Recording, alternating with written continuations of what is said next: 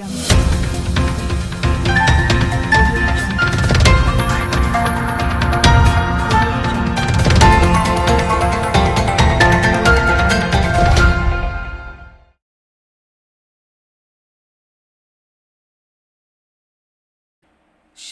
ಹೆಬ್ಬಾರ್ ಬಿಜೆಪಿಗೆ ರಾಜೀನಾಮೆ ನೀಡಲು ವಾರದ ಗಡುವು ನೀಡಿದ ಸ್ಥಳೀಯ ಮುಖಂಡರು. ಶಾಸಕ ಶಿವರಾಮ್ ಹೆಬ್ಬಾರ್ ಪಕ್ಷದ್ರೋಹ ಚಟುವಟಿಕೆ ಮಾಡುತ್ತಾ ತಮ್ಮ ಮಗನನ್ನು ಕಾಂಗ್ರೆಸ್ ಪಕ್ಷಕ್ಕೆ ಸೇರ್ಪಡೆ ಮಾಡಿಸಿ ಖರೀದಿ ಮಾಡಿದ ಕಾರ್ಯಕರ್ತರನ್ನು ಕರೆದುಕೊಂಡು ಹೋಗಿದ್ದರಿಂದ ಬಿಜೆಪಿ ಇನ್ನಷ್ಟು ಪ್ರಬಲವಾಗಿ ಬೆಳೆಯಲು ಸಾಧ್ಯವಾಗಿದೆ. ಇದಕ್ಕೆ ಉತ್ತರವಾಗಿ ಲೋಕಸಭಾ ಚುನಾವಣೆಯಲ್ಲಿ ಉತ್ತರ ನೀಡಿದ್ದೇವೆ ಎಂದು ಬಿಜೆಪಿ ಜಿಲ್ಲಾ ಉಪಾಧ್ಯಕ್ಷ ಹಾಗೂ ಮುಂಡಗೋಡಿನ ಬಿಜೆಪಿ ನಾಯಕ LT ಪಾಟೀಲ್ ಶಿವರಾಮ್ ಹೆಬ್ಬಾರ್ರನ್ನು ತರಾಟೆಗೆ ತೆಗೆದುಕೊಂಡ ಘಟನೆ ನಡೆದಿದೆ. ಮುಂಡಗೋಡಿನಲ್ಲಿ ನಡೆದ ಪತ್ರಿಕಾಗೋಷ್ಠಿಯಲ್ಲಿ ಮಾತನಾಡಿದ ಅವರು, ಶಾಸಕ ಶಿವರಾಮ್ ಹೆಬ್ಬಾರ್ ಪುತ್ರ ವಿವೇಕ್ ಹೆಬ್ಬಾರ್ ತಾಲೂಕಿನ ಮನಗುಂದ ಗ್ರಾಮದಲ್ಲಿ ನಡೆದ ಕಾರ್ಯಕ್ರಮವೊಂದರಲ್ಲಿ ತಾಲೂಕಿನಲ್ಲಿ ಬಿಜೆಪಿಯ ಕಸವನ್ನು ಗುಡಿಸಲಾಗಿದೆ ಎಂದು ಉದ್ದಟತನದಲ್ಲಿ ಮಾತನಾಡಿದ್ದರು.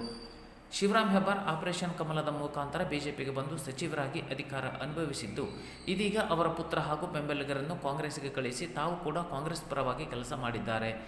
ಹೆಬ್ಬಾರ್ ತಮ್ಮ ಬೆಂಬಲಿಗರನ್ನು ಕರೆದುಕೊಂಡು ಹೋಗಿರುವುದರಿಂದ ಬಿಜೆಪಿಗೆ ಬಲ ಬಂದಂತಾಗಿದೆ. ಪಕ್ಷದ ಪ್ರಾಮಾಣಿಕ ಕಾರ್ಯಕರ್ತರು ನಿಷ್ಠೆಯಿಂದ ಕೆಲಸ ಮಾಡಿದ್ದರಿಂದ ವಿಶ್ವೇಶ್ವರ ಹೆಗಡೆ ಕಾಗೇರಿ ಅವರಿಗೆ ಹೆಚ್ಚಿನ ಮತಗಳ ಅಂತರದಿಂದ ಗೆಲ್ಲಲು ಅನುಕೂಲವಾಯಿತು ಎಂದರು. ಬಿಜೆಪಿ ಜಿಲ್ಲಾ SP ಮೋರ್ಚಾ ಅಧ್ಯಕ್ಷ ಸಂತೋಷ ತಳವಾರ ಮಾತನಾಡಿ, ಇಲ್ಲಿಯೇ ಇದ್ದುಕೊಂಡು ಕಾರ್ಯಕರ್ತರಲ್ಲಿ ಗೊಂದಲ ಸೃಷ್ಟಿಸುವ ಬದಲು ತಕ್ಷಣ ರಾಜೀನಾಮೆ ನೀಡಿ ತಮಗೆ ಬೇಕಾದ ಪಕ್ಷಕ್ಕೆ ಹೋಗಿ ಉಪಚುನಾವಣೆಯನ್ನು ಎದುರಿಸಲಿ ಎಂದರು. 1 ವಾರದೊಳಗೆ ರಾಜೀನಾಮೆ ನೀಡದಿದ್ದರೆ ಪ್ರತಿಭಟನೆ ನಡೆಸುವುದಾಗಿ ಸೇರಿದ್ದ ಮುಖಂಡರುಗಳು ಎಚ್ಚರಿಸಿದರು. LT ಪಾಟೀಲ್, CK ಅಶೋಕ್ ಬೆಳ್ಳಿ, ಶ್ರೀಕಾಂತ್ ಸಾನು, ರಮೇಶ್ ನಾಯ್ಕ್, ಸಂಪತ ಕ್ಯಾಮನಗೇರಿ, ಬಸವರಾಜ ತಣಕೇದಾರ್, ಭರತರಾಜ ಹರಳಗಿ, ಬಪ್ಪಲ ಬಾಳಂಬೀಡ್, ಮಂಜುನಾಥ ರೇವಣಕರ್, ತಾನಾಂಪೇರ್ ಸೇನ್, ರಮೇಶ್ ನೇಮಣ್ಣನವರ್, ಕೇಡಾರಿ ಮುಗಳ ಮುಂತಾದವರು ಉಪಸ್ಥಿತರಿದ್ದರು. ಬನವಾಸಿಗೆ ಕಾಗೇರಿ ಭೇಟಿ, ಇಲ್ಲಿಯ ಸಮಸ್ಯೆಗಳ ಅರಿವಿರಲಿಲ್ಲ, ಇನ್ನು ಸರಿ ಮಾಡುತ್ತೇನೆ ಎಂದ ಸಂಸದರು.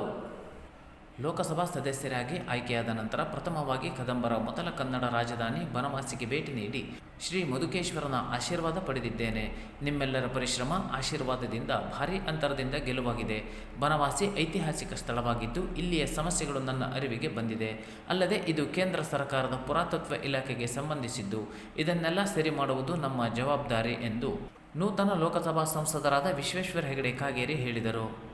ಅವರು ಮಧುಕೇಶ್ವರ ದೇವಸ್ಥಾನದಲ್ಲಿ ಪೂಜೆ ನೆರವೇರಿಸಿ ಬನವಾಸಿ ಮಹಾಶಕ್ತಿ ಕೇಂದ್ರದ ವತಿಯಿಂದ ನಾಮದೇವ ಕಲ್ಯಾಣ ಮಂಟಪದಲ್ಲಿ ಕಾರ್ಯಕರ್ತರ ಸನ್ಮಾನ ಸ್ವೀಕರಿಸಿ ಹಗಲಿರುಳು ಪಕ್ಷದ ಗೆಲುವಿಗೆ ಶ್ರಮಿಸಿದ ಕಾರ್ಯಕರ್ತರು, ಅಭಿಮಾನಿಗಳು, ಹಿತೈಷಿಗಳಿಗೆ ಅಭಿನಂದನೆ ಸಲ್ಲಿಸುತ್ತೇನೆ ಎಂದು ಹೇಳಿದರು. ಈ ಸಂದರ್ಭದಲ್ಲಿ ಬನವಾಸಿ ಭಾಗದ ಬಿಜೆಪಿ ಪದಾಧಿಕಾರಿಗಳು, ಗ್ರಾಮೀಣ ಅಧ್ಯಕ್ಷರು ಭಾಗವಹಿಸಿದ್ದರು.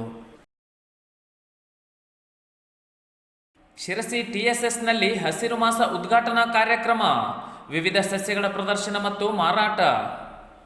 ಶಿರಸಿ TSS ಲಿಮಿಟೆಡ್ ಶಿರಸಿ ಪ್ರಧಾನ ಕಚೇರಿಯ ಆವರಣದಲ್ಲಿ ಜೂನ್ 11 ಮಂಗಳವಾರ ಬೆಳಗ್ಗೆ 10:30ಕ್ಕೆ ಕೃಷಿ ಉತ್ತೇಜಿಸುವ ದೃಷ್ಟಿಯಿಂದ ವಿವಿಧ ಸಸ್ಯಗಳ ಪ್ರದರ್ಶನ ಮತ್ತು ಮಾರಾಟ ಹಸಿರು ಮಾಸ ಉದ್ಘಾಟನಾ ಕಾರ್ಯಕ್ರಮವನ್ನು ಹಮ್ಮಿಕೊಳ್ಳಲಾಗಿತ್ತು. ಕಾರ್ಯಕ್ರಮದ ಅಧ್ಯಕ್ಷತೆಯನ್ನು ಸಂಘದ ಅಧ್ಯಕ್ಷ ಗೋಪಾಲಕೃಷ್ಣ ವೈದ್ಯ ವಹಿಸಿದ್ದರು.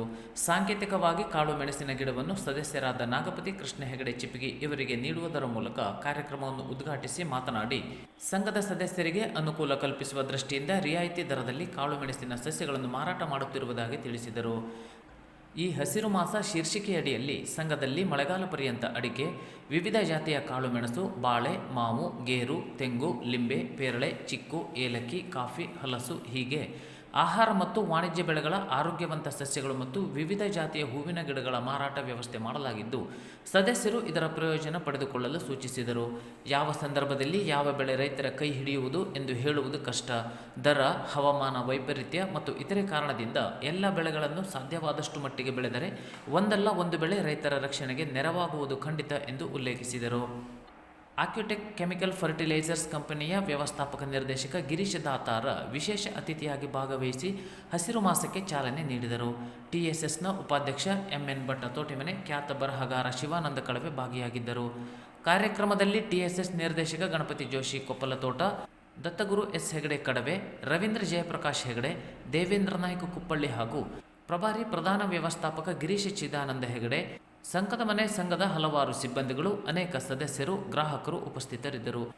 ಸಹಾಯಕ ವ್ಯವಸ್ಥಾಪಕ ಗೋಪಾಲ ಹೆಗಡೆ ಸ್ವಾಗತ, ವಂದನಾರ್ಪಣೆ ಹಾಗೂ ಕಾರ್ಯಕ್ರಮ ನಿರೂಪಣೆ ನಡೆಸಿಕೊಟ್ಟರು.